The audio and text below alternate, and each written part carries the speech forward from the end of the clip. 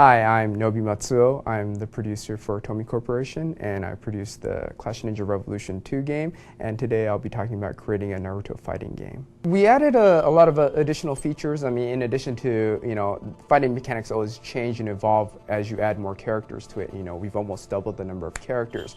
But the other features is, we've taken input from, the fans of the series, people who play in tournaments.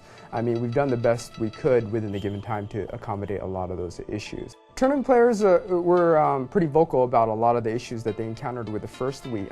One of them was, balance issues. One character that came to note was, Gaara. He has an ability that allows you to constantly do attacks that are unblockable.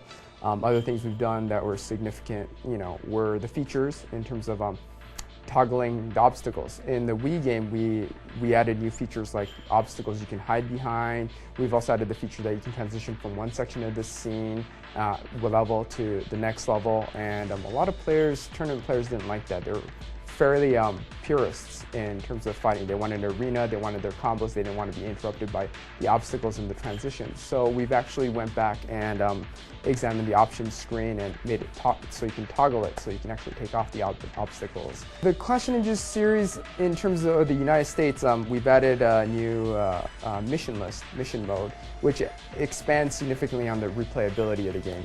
Each character, obviously you can play the story mode, to unlock characters, but as you unlock these characters, you can unlock additional features by doing these mission modes. Each character has a set of 10 missions, ranked missions, just like in the TV series. You have, a D ranked mission all the way to an S ranked mission, and you get certain objectives that you need to accomplish in the fighting game. Like get certain combo hits against a certain character, land a certain special technique on another character. So each of the characters has 10 of them. So with 35 characters multiplied by 10, there's about 350 missions. So that definitely adds to the replayability of the game. And also other modes we have is called the Kumite mode, which is a multiplayer game which you're a single player and you're taking on up to 5 different enemies. It's very similar to like Bruce Lee, Enter the Dragon, where you're taking off a bunch of mobs and stuff. So we've added that mode, and then we also have all the other classic modes like the 4-player modes. 1 to 4 players can play it. We've also had the versus modes, and the biggest one we've added was, it's not a particular mode, but it's a game feature called the tag team. You can actually tag in and out with a partner for the game. In the Japanese game, there's the 4th release, GameCube release of it, and they allowed it like a 3-man team that allows them to alternate, swap in characters in. So I really wanted to bring that concept into this game too, because a lot of players, want to use a mixture of characters and techniques. So this time, they don't have to decide on one character, they can decide on 2 characters, and then they can tag team it up and swap out accordingly. So that was a significantly big jump in the gameplay. We've also added, other things like the paper bomb feature that have never been featured in any of the Clash Ninja games, where you can actually strategically place explosive bombs.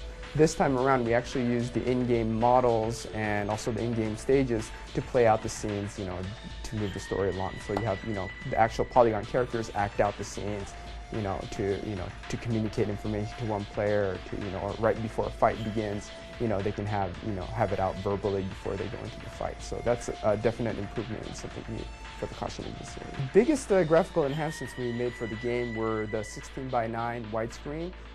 For their first Wii title, we only had a 4:3, which is like, square for the TV. This time we wanted to accommodate users who had the widescreen, so the gameplay field is a lot wider and bigger. And we also made it so the output is going to be, instead of interlaced like it was previously, it's going to be progressive output.